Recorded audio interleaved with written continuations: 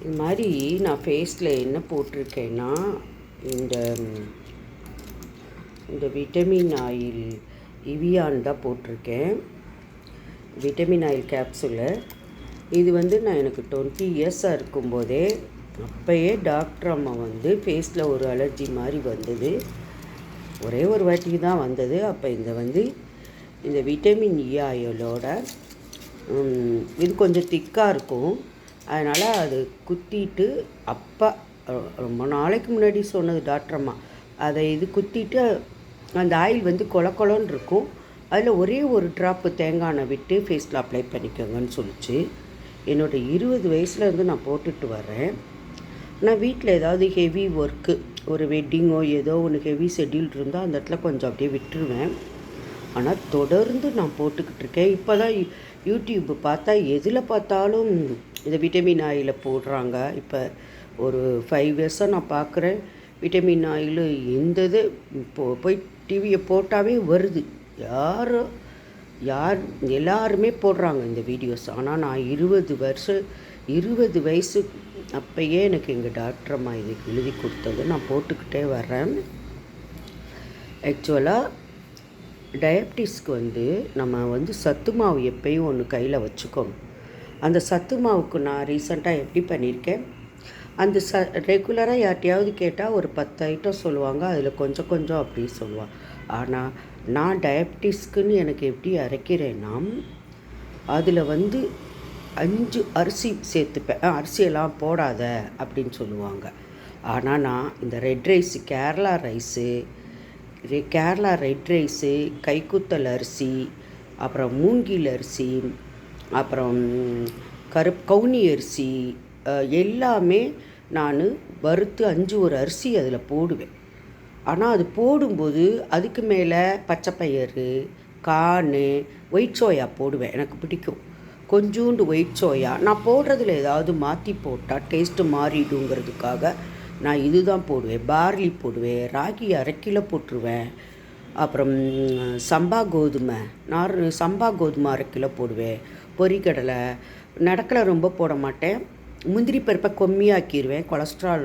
முந்திரி பருப்பு சில நேரம் போடவே மாட்டேன். பாதாம் போடுவேன்.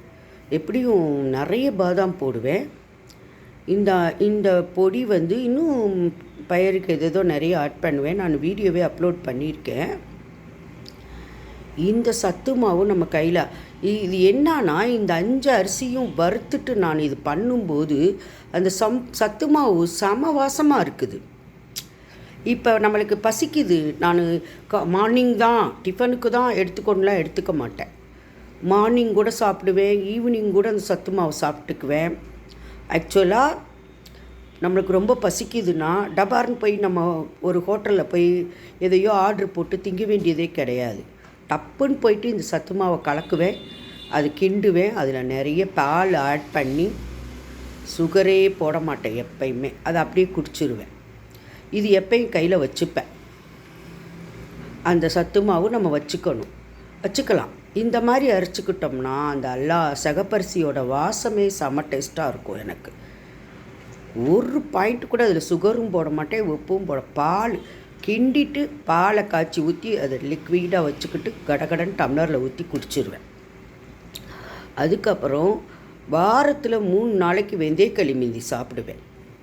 வெந்தயக்களி டக்குன்னு கொஞ்சம் அரிசி போடுவேன், கொஞ்சம் உளுந்து போடுவேன், ஒரு வெந்தயம் போடுவேன். என்ன ப்ராசஸ் அதெல்லாம் நான் யோசிக்க மாட்டேன். இந்த உளுந்து வெந்தயம் போட்டு கொஞ்சோண்டு உளுந்து போட மாட்டேன். அரிசியும் வெந்தயமும் போடணும்.